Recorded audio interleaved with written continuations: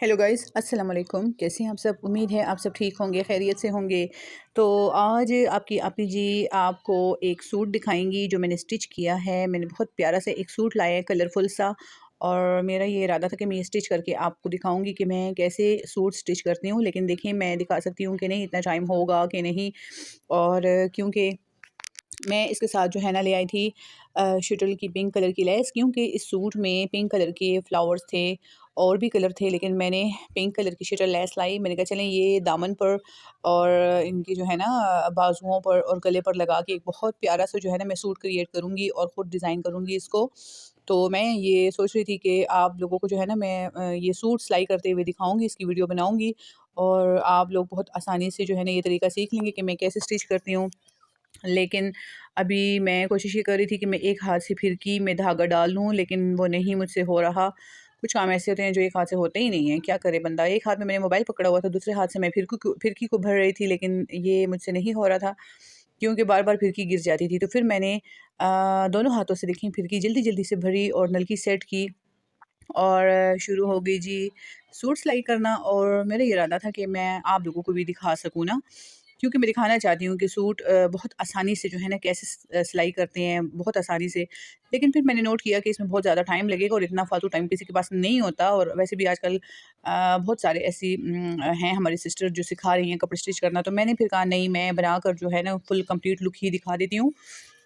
तो मैंने फिर ये किया कि मैंने सूट को कंप्लीट किया और फिर मैंने कहा चलिए आपको दिखाती हूँ, क्योंकि इसमें बहुत टाइम लग रहा था। मैंने कहा एक-एक क्लिप मैं इस तरह शूट करके फिर उसको सारा कुछ करके मैं नहीं दिखा पाऊँगी। बस थोड़ा-सा मैंने आपको इसको सिलाई करते हुए दिखाया, जैसे कि अभी ये मैं ट्राउज़र्स सिलाई कर रही थी, तो इसमें भी इतना टाइम लग गया। तो मैंने कहा पूरा सूट उसमें तो फिर बहुत ज़्यादा टाइम लग जाना है। लेकिन अगर आप लोगों को स्टिचिंग सीखनी है तो आप मुझे कमेंट में बताएँ। जितने ज़्यादा कमेंट होंगे फिर मैं सोचूँगी आप लोगों को अच्छे से कटिंग करके दिखाऊँगी आपको। सूट की बहुत आसान सी कटिंग, बहुत आसानी से मैं स्टिच करती हूँ और आसानी से मैं बहुत जो है ना ईज़ी तरीके से कटिंग करती हूँ सूट की। मैं इंच टेप ज़्यादा यूज़ नहीं करती, लेकिन थोड़ी-सी अगर ज़रूरत पड़े तो मैं इंच टेप यूज़ कर भी लेती हूँ। लेकिन मेरे अंदाज़े होते हैं, अंदाज़ों से मैं कटिंग करती हूँ। नाप मुझे चाहिए होता है बिल्कुल परफ़ेक्ट। और फिर मैंने सूट सिलाई किया और देखिए आपके ऐसा सूट सिलाई हुआ है, बहुत प्यारा सिलाई हुआ है। और इसमें ये देखिए ये लेस जो मैंने शटल लेस लगाई थी बाजू पे, चाक पे और दामन पे और गले पर मैंने बुकरम करके तो साइडों पे यही लेस लगा ली थी। तो ये बहुत प्यारा सा सूट बन गया था। और ये इसका दुपट्टा था और काफ़ी बड़ा दुपट्टा था, बड़े अच्छे प्यारे से फ्लावर्स पे बने हुए थे। बहुत प्यारा कलर है, mustard colour, my favourite colour.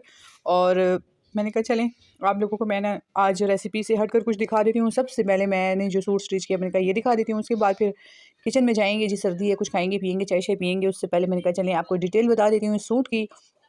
तो ये खद्दड़ का सूट है और सर्दियों में खद्दड़ सूट जो होते हैं वो गर्म होते हैं। तो आप लोग भी कोशिश किया करें कि करंडी और खद्दड़ और मरीना और वेलवेट, वेलवेट में ये कि सर्दी ज़्यादा वो नहीं होती। लेकिन ये कि खद्दड़ जो है ये बहुत गर्म स्टफ़ होता है ना, ये आप यूज़ किया करें सर्दी में।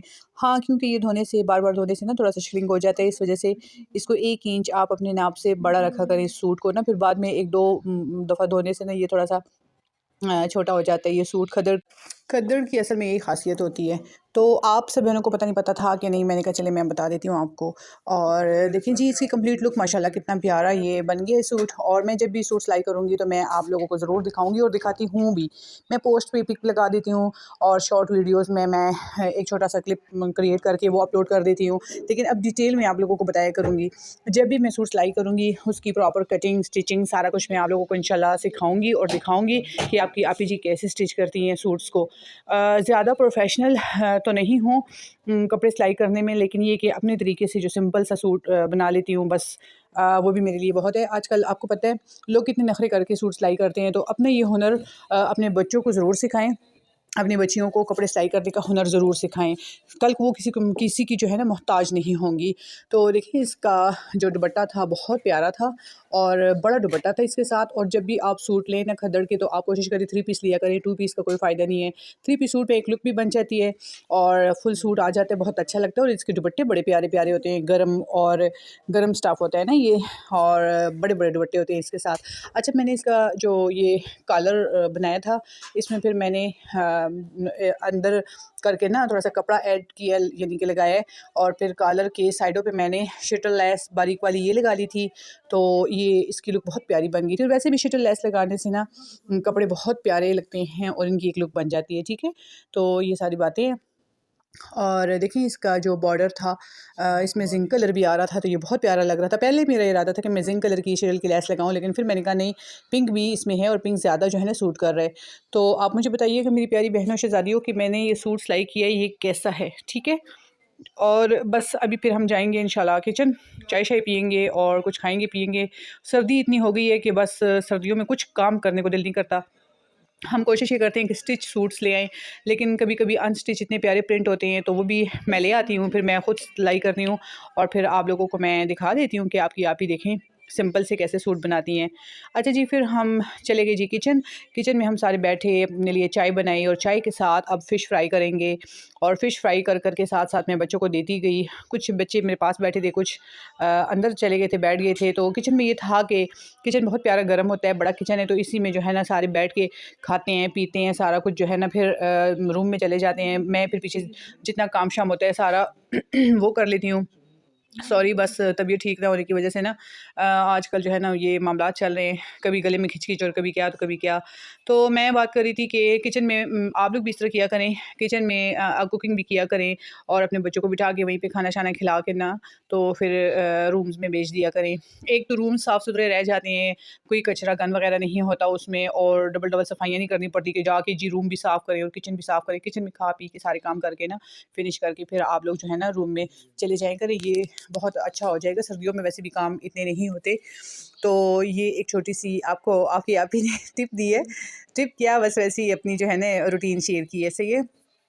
और बस फ़िश भी फ्राई हो गई है, हमने चाय भी पी ली है और अब फ़िश मैं साथ-साथ जो है ना बच्चों को दे रही थी कि आप लोग जो है ना फ़िश खा लें और बहुत एहतियात से। और ये फ़िश बड़े कंडे वाली है, जिसमें कंडा बड़ा होता है ना, इनके छोटे कंडों वाली नहीं, ये बच्चे खा सकते हैं, ठीक है। बच्चों को कभी भी छोटे कंडों वाली फ़िश ना खिलाया करें, वो बड़ा रिस्की होता है। अच्छा, फिर मैं एक सब्ज़ी बना रही थी और इसमें टाइम ज़्यादा लगेगा और मैं वॉइस ओवर करके असल में थक भी गई हूँ, तो इसकी मैं कंप्लीट लुक आपको नहीं दिखा सकती। यानी कि ये सब्ज़ी जो जब बन जाएगी ना फिर शायद मैं आपको नहीं दिखा सकूँगी। ये मिक्स सब्ज़ी थी, बड़े मज़े की और हमारे घर में बहुत पसंद की जाती है मिक्स सब्ज़ी। तो चलें जी, ठीक है, ये थी बस आज की वीडियो और मिलते हैं किसी और अच्छी सी रेसिपी के साथ, वीडियो के साथ। तब तक के लिए अपना ढेर सारा ख़्याल रखिएगा। अल्लाह हाफ़िज़।